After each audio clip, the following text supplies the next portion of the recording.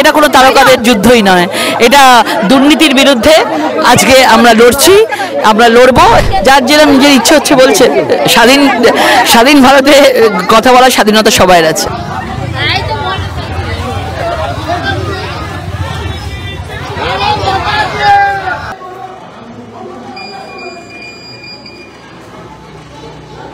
শিল্প হয়নি, সিঙ্গুরের জমিতে কৃষিও হয়নি, শিল্পও হয়নি, এবং আমরা চাই যে আমাদের সরকার এলে আমাদের টাটা আবার ফিরে আসবে। বাঙালি হিসেবে লজ্জাবোধ করছি। বাঙালির ভাষা এটা হতে পারে না, মহিলার ভাষা এটা হতে পারে না। একজন মুখ্যমন্ত্রীর ভাষা যদি এটা হয় তাহলে ভেবে দেখুন তাহলে বাংলার কি অবস্থা হবে। আমি বলবো যে ছেলে মেয়েদের ভাষা সংযত হওয়া উচিত। আমি বলবো খুব খারাপ লাগে যে আগামী ভবিষ্যৎ যদি এভাবে কথা বলে।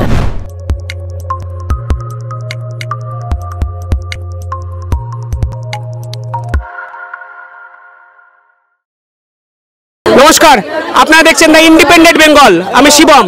এই মুহূর্তে লোকসভা নির্বাচনের সব থেকে হাই ভোল্টেজ কেন্দ্র তারকাদের যুদ্ধে হুগলিতে এই মুহূর্তে প্রচারে এসেছেন বিজেপি প্রার্থী লকেট চ্যাটার্জি। দেখতেই পাচ্ছেন চারিদিকে একটা উচ্ছ্বাস, মানুষের আবদার ভীষণ মাত্রায়।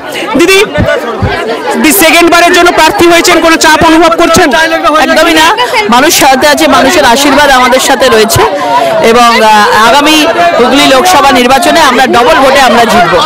এই কনফিডেন্স কোথা দিয়ে পাচ্ছেন? গ্রাউন্ড রিয়েলিটিতে ভালোবাসা, মানুষের আশীর্বাদ রয়েছে। নরেন্দ্র মোদীজি যেভাবে দেশকে নিয়ে যাচ্ছে, নরেন্দ্র মোদীজির ওপর প্রত্যেকটা মানুষ ভরসা করে। এটা তারকাদের যুদ্ধ বলা হচ্ছে এই কেন্দ্রটাকে নিয়ে পার্টিকুলারলি। এটা কোনো তারকাদের যুদ্ধই নয়, এটা দুর্নীতির বিরুদ্ধে আজকে আমরা লড়ছি, আমরা লড়বো। এবং মমতা ব্যানার্জির যে দুর্নীতি বাংলায় অপশাসন হয়েছে, আগামী লোকসভা নির্বাচনে নরেন্দ্র মোদীজি একটাই কথা বলেছেন যে দুর্নীতি মাফিয়া এসবের বিরুদ্ধেই আমাদের এই লড়াই। দিদি, বিরোধী প্রার্থী যিনি আপনার বিপক্ষে আছেন রচনা ব্যানার্জি এসে একাধিক কথা বলেছেন, কখনো বলেছেন হুগলির মানুষ আমাকে পেয়ে লাকি। এইগুলো কি আপনি অধ্যত্ত দেখেন বা কিভাবে আপনি? ঠিক আছে, যা বলছে তা যা নিজের কথা আছে, মানে আদ্যপ্রান্ত রাজনৈতিক চরিত্র মনে হচ্ছে, এত দার্শনিক কথাবার্তা বলছেন। না না, এটা তো আমরা আমাদের কাজ করে যাচ্ছি, সবাই সবার কাজ করছে, যার যেরকম নিজের ইচ্ছে হচ্ছে বলছে। স্বাধীন ভারতে কথা বলার স্বাধীনতা সবাই আছে। এই যে সিঙ্গুর নিঃসন্দেহ ঐতিহাসিক জায়গা, বাংলার পালাবদল হয়েছিল, এখানে রচনা ব্যানার্জি আসার সময় বলছে অনেক কারখানা ধোয়া উনি দেখেন।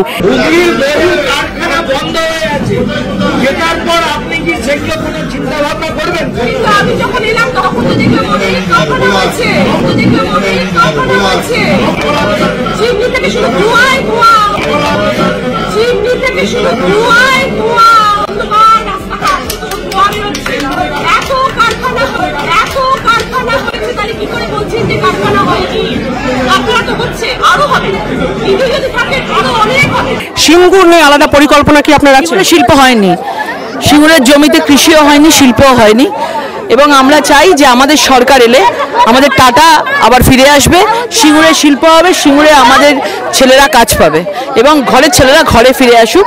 এবং আমাদের শিল্প বলতে আমরা বাংলায় কিছু বুঝি না, শুধু বোমা, লড়াই, বন্দুক, গুলি, রক্ত, এটাই দেখি। চপের শিল্প দেখি, ঘুগনি শিল্প দেখি, কিন্তু আজকে আমরা চাই যে আমাদের যেরকম গুজরাট বলুন, উত্তরপ্রদেশ বলুন, বিভিন্ন জায়গায় যে শিল্প বাইরে থেকে আসছে, সেই শিল্প আমাদের বাংলাতেও প্রবেশ করুক। কারণ বাংলায় শিল্পের জন্য আমাদের সব কিছু পরিবেশ আমাদের ঠিক আছে, শুধুমাত্র তৃণমূলের তোলাবাজি সিন্ডিকেটের জন্য শিল্প আনতে কেউ ভয় করছে।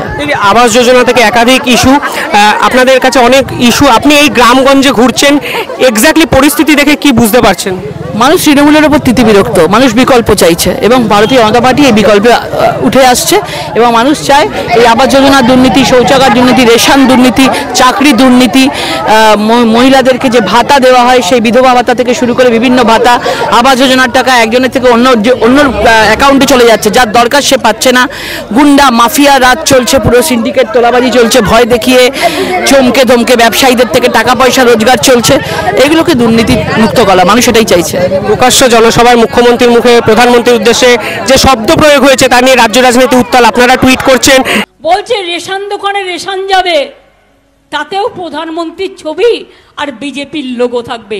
তাহলে আমি না খেতে পেয়ে মরে যাব, তবুও আমি বলে দিচ্ছি যে আমি ওর মধ্যে যাব না। কিভাবে দেখেন এইটা সংস্কৃতি? বাঙালি হিসেবে লজ্জাবোধ করছি। বাঙালির ভাষা এটা হতে পারে না, মহিলার ভাষা এটা হতে পারে না। একজন মুখ্যমন্ত্রীর ভাষা যদি এটা হয় তাহলে ভেবে দেখুন তাহলে বাংলার কি অবস্থা হবে। দিদি অন্য পেশা থেকে এসে সম্পূর্ণ রাজনীতিতে 5 বছর কাটালেন, কি কি কি কি প্রায় 10 বছর হবো আরো বেশি, কতটা বদলাতে হলো নিজেকে এবং কি দেখলেন বাংলার রাজনীতিটাকে? বাংলার রাজনীতির ময়দান অনেক কঠিন ময়দান, মানুষ অত বোকা নয়, মানুষ অনেক ভেবেচিন্তে ভোট দেয় এবং মানুষ কে মানে তার সঙ্গে পাশে আছে, কে ডেভেলপমেন্ট করতে পারবে আজকের ডেটে সেটাই কিন্তু মানুষ দেখে। বাংলার মানুষকে বোকা ভেবে লাভ নেই। দিদি সিঙ্গুরের জন্য আপনার কি পরিকল্পনা আছে যদি এবার যেতে? শিল্প আসুক, আমরা বারবার চাইছি সিঙ্গুরে শিল্প আসুক। আমাদের ঘরের মধ্যে যারা ছেলেরা রয়েছে তারা বেকার রয়েছে, অনেক ছেলেদের আজকে বিয়ে পর্যন্ত হয় না, কারণ তাদের বাড়িতে মেয়ে কি করে দেবে, কারণ যদি ছেলের চাকরি না থাকে। আমরা চাই যে ছেলেদের চাকরি হোক, মা বাবা শান্তিতে থাকুক, পরিবার শান্তিতে থাকুক। আমরা চাই টাটাকে আবার ফিরিয়ে আনার জন্য, এটা আমাদের একটা বড় পদক্ষেপ হবে। অনেক মানুষ ভাবেন লক্ষ্মীর ভান্ডার থেকে একাধিক প্রকল্প বন্ধ হয়ে যাবে যদি বিজেপি জেতে, এই ধারণা নিয়ে আপনার কি মত? মানুষ এটা নাকি বিশ্বাস করে এবং মুখ্যমন্ত্রী কালকে প্রকাশ্যে বলেছেন কন্যাশ্রী বন্ধ হয়ে যাবে যদি তৃণমূলকে ভোট না দেন। দেখুন, একদিকে বলছি লক্ষ্মীর ভান্ডারে 500 থেকে 1000 টাকা করে দিচ্ছে, আর ঘরের ছেলে চাকরি পাচ্ছে না। আজকে মারা কোনটা নেবে? ঘরের ছেলে চাকরি নেবে নাকি 500 না 1000 টাকা নেবে? আজকে রেশন দুর্নীতি, আজকে একজন ফ্রিতে রেশন দিচ্ছে আর একজন রেশন চুরি করছে, তাহলে মানুষ কাকে ভোট দেবে? যে ফ্রিতে রেশন দিচ্ছে তাকেই দেবে। এটা তো সহজ অঙ্ক আছে, মানুষকে বোকা ভাববেন না। হুগলির মানুষ যথেষ্ট বুদ্ধিমান। যেভাবে রেশনের চাল মারা হচ্ছে, রেশনের টাকা মারা হচ্ছে, চাকরি মারা হচ্ছে, যেভাবে দুর্নীতি চলছে, এর বিরুদ্ধে 2024-এ প্রধানমন্ত্রী নরেন্দ্র মোদীর জন্য মানুষ ভোট দেবে।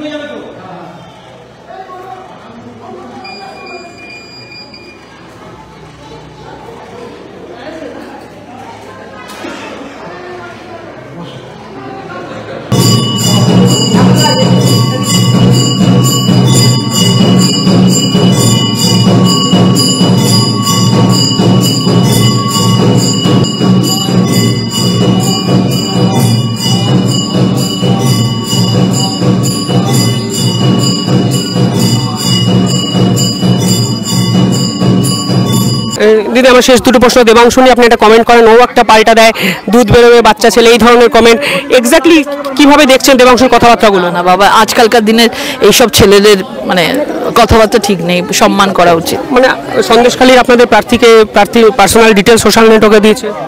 আমি বলবো যে ছেলে মেয়েদের ভাষা সংযত হওয়া উচিত। আমি বলবো খুব খারাপ লাগে যে আগামী ভবিষ্যৎ যদি এভাবে কথা বলে। শেষ প্রশ্ন, কতটা আত্মবিশ্বাসী জয়ের ব্যাপারে হুগলি? 200%। রচনার জায়গা নেই বলছেন? না না, নরেন্দ্র মোদী সব, নরেন্দ্র মোদী পদ্ম। অবশ্যই পরিষ্কারভাবে উনি বললেন অত্যন্ত আত্মবিশ্বাসী। সামাজিক যে ইস্যু, সিঙ্গুরের শিল্প কারখানা, বেকার, অন্নসংস্থান এবং একাধিক দুর্নীতি, এই কথাগুলো নিয়ে সাধারণ মানুষের কাছে উনি পৌঁছাচ্ছেন। আপনি দেখতে পাচ্ছেন পুষ্পবৃষ্টি হচ্ছে, তবে আসল রেজাল্ট 4 জুন সারা বাংলা কেন সারা দেশ তাকিয়ে থাকবে নিঃসন্দেহে এই হুগলির দিকে, হাই ভোল্টেজ কেন্দ্রের দিকে। রচনা ব্যানার্জি বনাম লকেট চ্যাটার্জির এই দৈরথ দেখে। ধন্যবাদ।